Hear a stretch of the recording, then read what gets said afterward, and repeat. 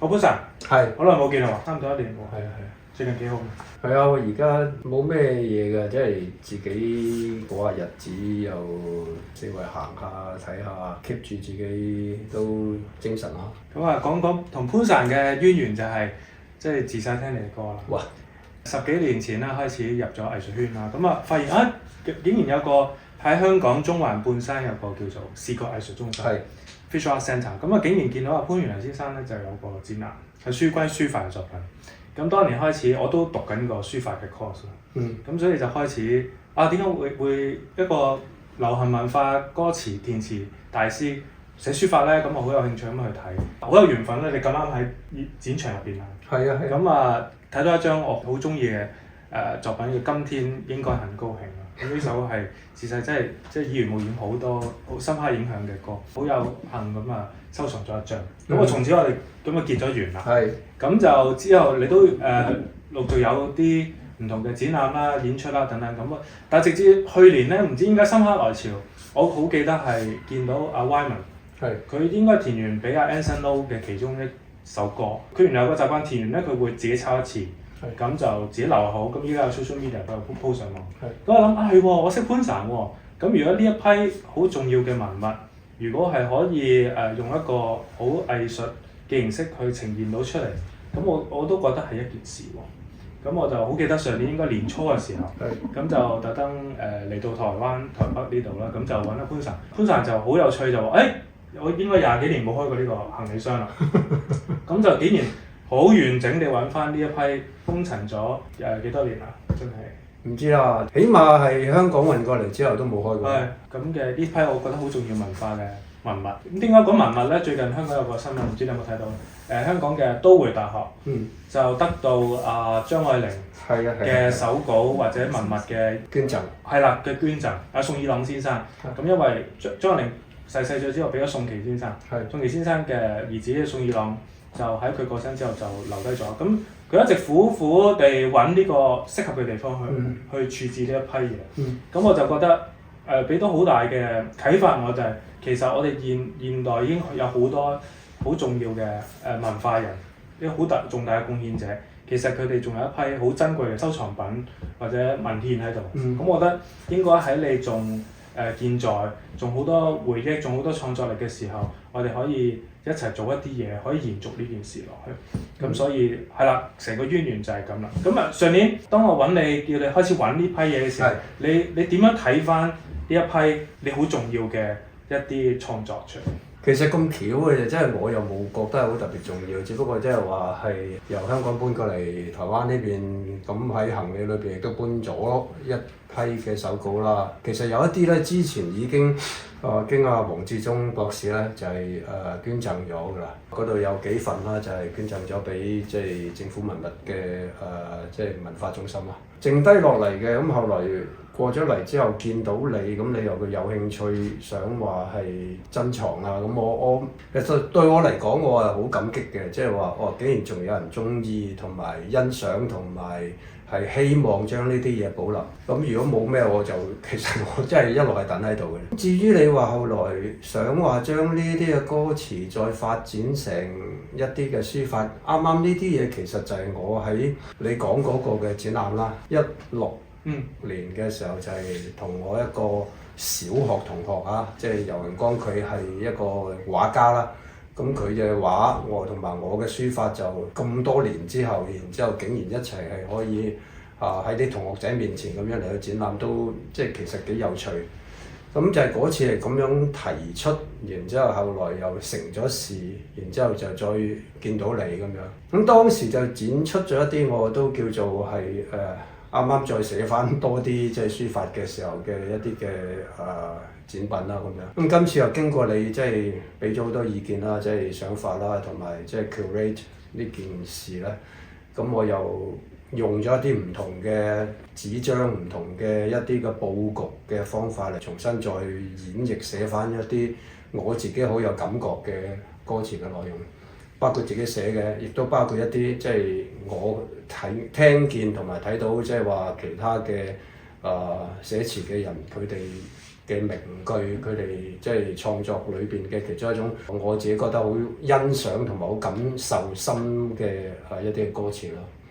咁我啊自己覺得點都好啦，即係話我又一方面中意寫歌詞，另一方面中意寫書法，咁能夠將兩樣嘢結合埋一齊，然之後可以即係得你幫手去做到一個咁樣嘅展覽，我自己就係非常之開心嘅。係，咁我哋經過一些努力啦，咁過去一年同唔同嘅單位去傾啦，咁我哋今年好開心，咁啊喺中環嘅大館 Touch Gallery 啦，咁啊同阿 Anders 嘅溝通之下咧，大家都即係一拍即合地可以創作咗呢一批超過30張嘅作品出嚟。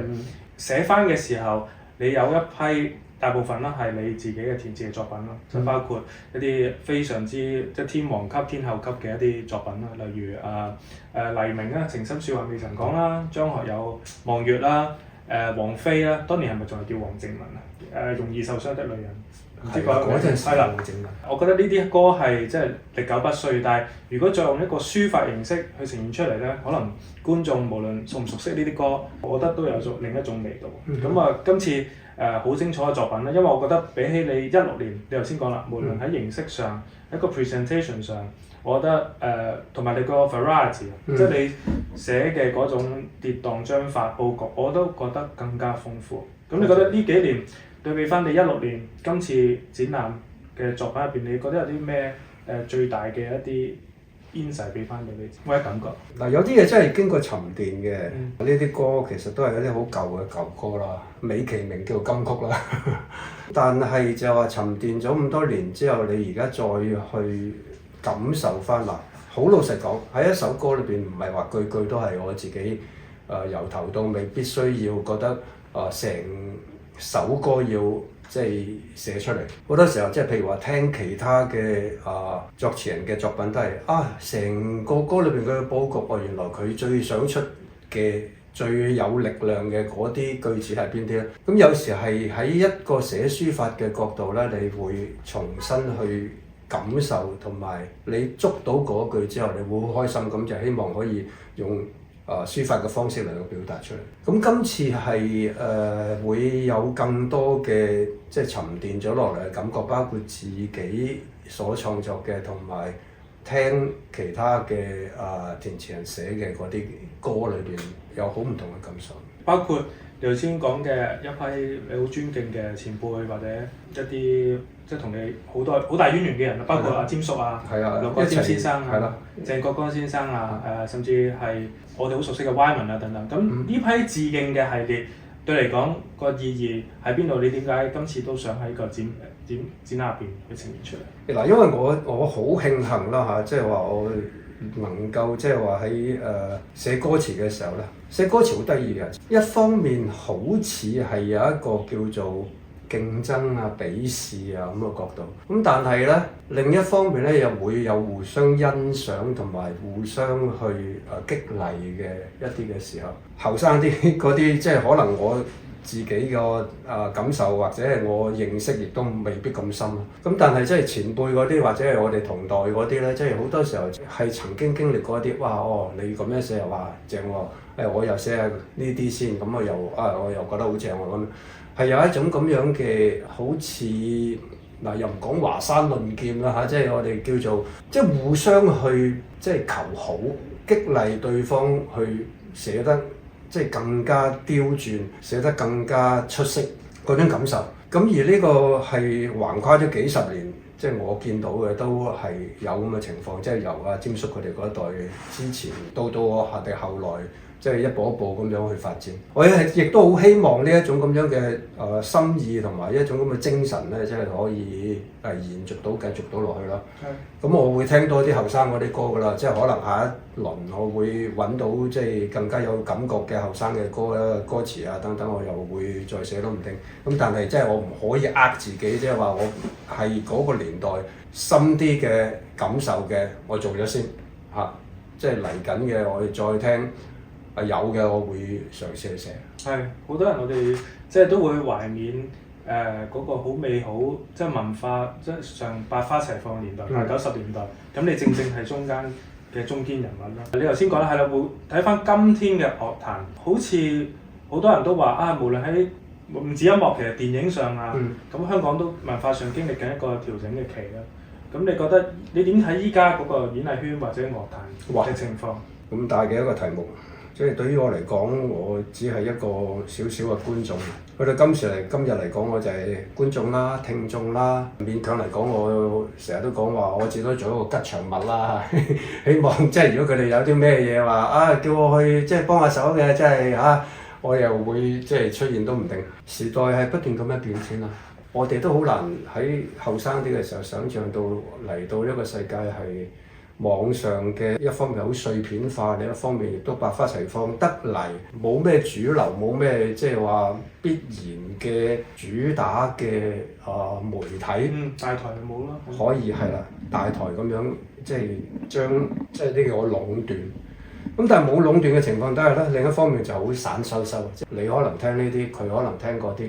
咁所以咧就係話創作亦都唔容易。咁於是乎喺一個即係比較上邊轉彎位咯，我覺得。咁我會感覺就反而呢幾年係好多樂隊啊等等咧，即係佢哋喺做音樂同埋又有一啲幫佢哋樂隊裏邊專門寫詞嘅人啊，咁即係都做到一啲佢哋嘅合拍出嚟嘅一啲嘅成績啊。歌手方面我就當然希望即係話佢哋可能自己作曲作詞，即係包辦埋表演埋都好啦咁。咁但係就係呢一個嘅轉變咧係發生緊，我覺得即係已經未必好似以前咁樣話，我要係一個歌手去延聘一個作詞人去寫一首好多金句嘅歌曲，然之後即係去觸動聽眾。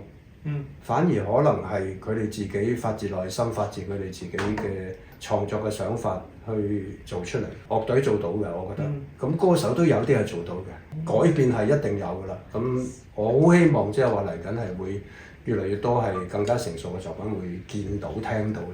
係，都睇到你頭先講個趨勢就係咯樂隊啦，同埋啲歌手例如林家謙啦，大家熟悉 J 風啊或者 Ian 啊，都想喺個作品入邊個參與度高啲，即係唔係淨係唱，即係自己作埋歌、自己作埋詞。我覺得後生有一個甚至有啲係拍埋 MV 添咯，佢哋自己都做埋。係啦，冇錯。咁我覺得呢個新形勢亦都係每個年代都有佢新嘢啦。係。